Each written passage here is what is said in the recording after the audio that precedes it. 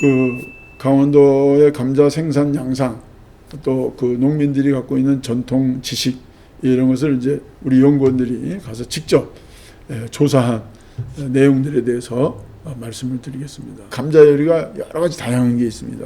그 중에서 대표적인 게 농마국수. 농마국수라는 거는 감자를 갈아가지고 그 즙을 내서 반죽을 해가지고 국수로 한 거는데요. 이 농마국수에는 이제 뭐 여러 가지 다른 이제 양념 같은 걸 넣는데, 특히 함흥에서는, 함흥이 이제 그 바닷가가 가깝잖아요. 그러니까 회하고 같이 먹었어요.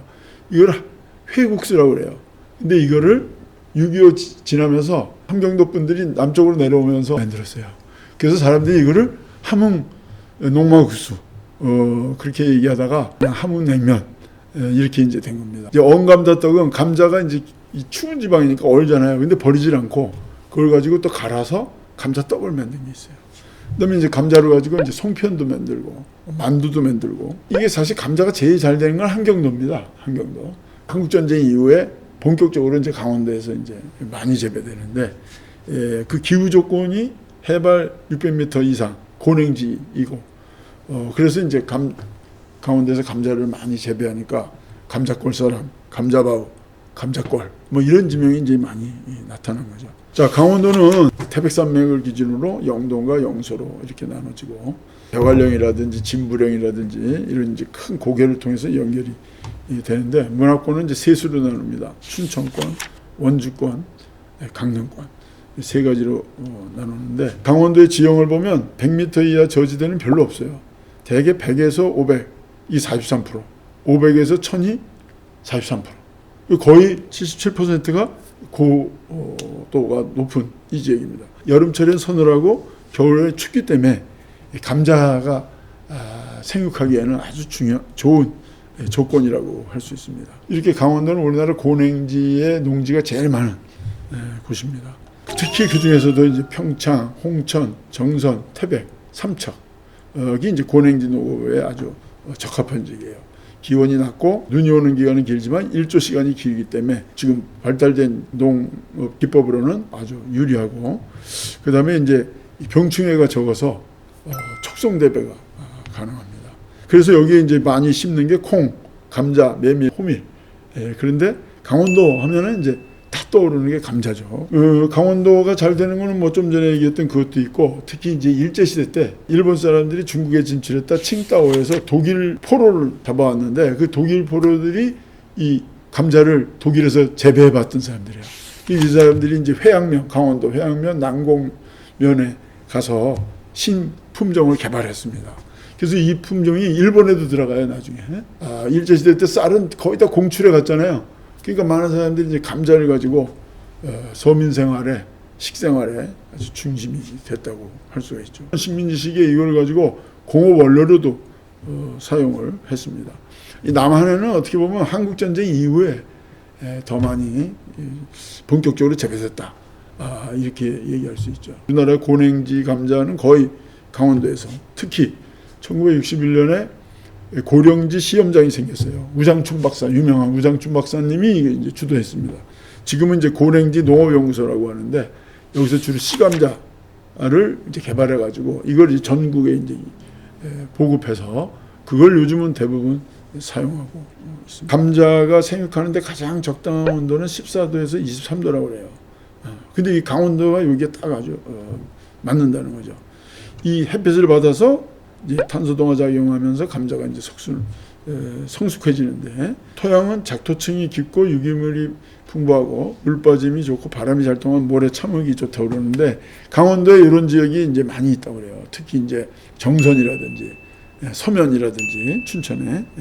그리고 이제 감자에서 제일 중요한 건 바이러스를, 아일랜드도 미국 북미 지역으로 많이 가게 된 이유가 감자를 잘 먹는데 감자 마른병이 와가지고 바이러스. 그래가지고 이제 100만 명 이상이 또 죽기도 했어요.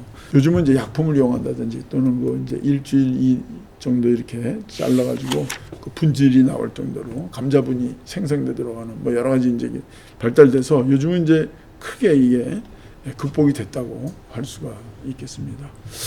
감자는 이제 특성에 따라서 점질 감자와 이제 분질 감자로 나눠지게 됩니다. 이 점질 감자는 단단해서 반찬용, 가공용으로 적합하고, 분질 감자는 전분 함량이 풍부해서 이제 쪄먹는 감자인데요. 감자 품종이 일제 시대에는 남작, 이 일본의 이제 남작이 개발한 거예요. 그래서 남작이라고 그러는데, 근데 이 병에 약해요. 그래서 이제 독일 포로들이 와서 개발한 게 난곡 1호, 2호, 3호, 4호, 5호까지 있는데 이게 병에 강하고 다수학이라서 이게 많이 재배가 됐습니다. 그리고 또 그 이후에도 일본에서 20여 가지 품종이 이제 도입이 됐는데, 특히 1970년대에는 미국에서 수피리오, 근데 이거를 이제 우리가 수미라고 그랬어요. 수미 감자. 이게 이제 재배 품종의 한 80%까지 차지했습니다. 그러다 이제 1980년대에 그 국내 개발 품종들이 이제 나오기 시작했어요.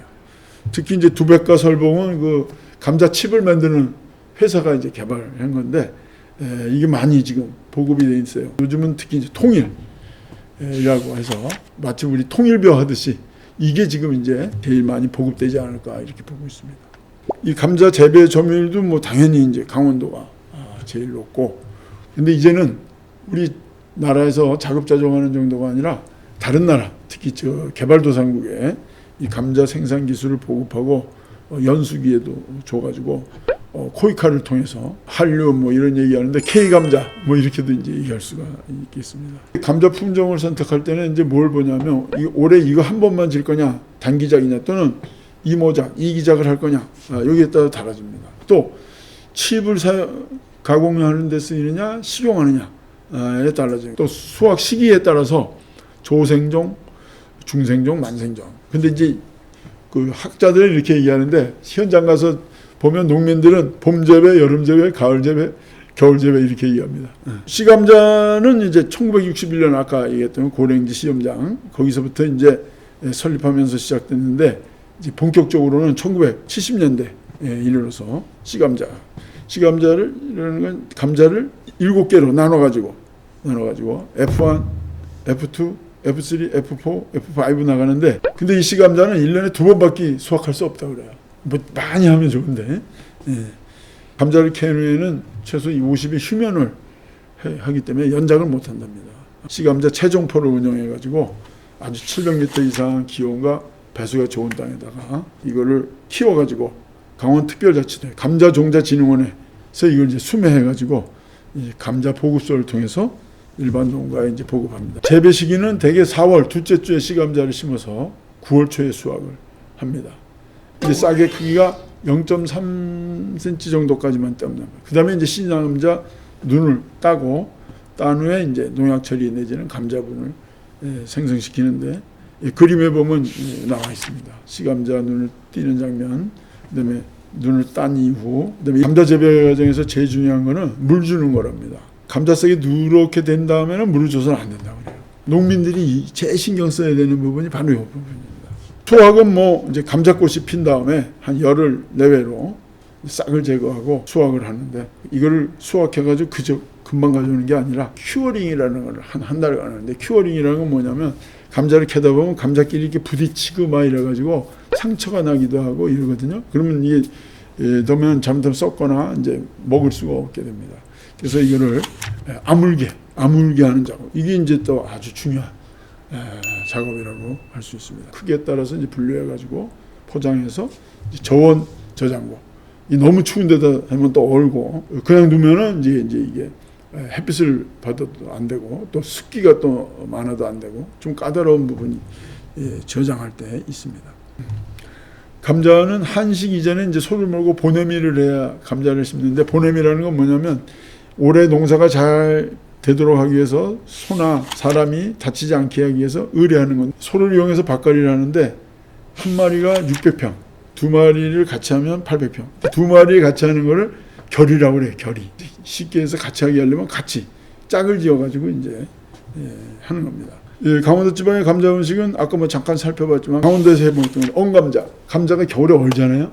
그럼 그거를 잘라가지고 가루를 내가지고 사용하는 겁니다. 국수도 만들고 밥도 만들고. 제일 이제 주식으로 쓰이는 건 감자밥인데, 이 감자 껍질을 벗겨서 이제 이렇게 해서 그냥 먹는 거죠. 마치 우리 고구마 벗겨서 먹듯이. 근데 또 어떤 거는 이 벗기지 않고 그냥 먹는 경우도 있어요. 근데 이제 감자는 주로 많이 벗깁니다. 왜냐하면 독성이 좀 있기 때문에 껍데기에.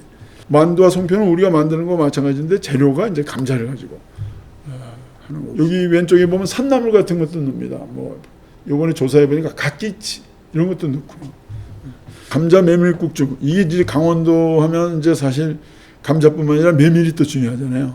평창에 메밀쌀을 넣고 산나물도 넣고 메밀국수도 넣고 이 막장으로 해가지고 이 퍼지도록 해서 먹는데, 그 요번에 조사하러 갔다가 그 평창에서 정선 넘어가는데 고개마루에 아예 감자 메밀국죽 전문 식당이 있어요. 그 거기 가서 이제 그 조리하는 과정도 보고 먹어봤는데 정말 이거는 먹을 만한 맛집입니다. 이상으로 기존에 감자에 대해서 자연과학적으로 농학이라든지 또는 뭐 산업적인 면은 이제 얘기했지만 인문학적인 부분이 이제 없었던 부분을 우리가 이제 많이 보충했고, 또 구체적으로 들어가서 그 농민들의 생활상을 그대로 했다는 데에 대해서 이제 의의가 있다고 할 수 있고, 다시 한번 이런 프로젝트를 진행할 수 있도록 도와주신 동호동촌재단에 대해서 감사의 말씀드립니다. 감사합니다.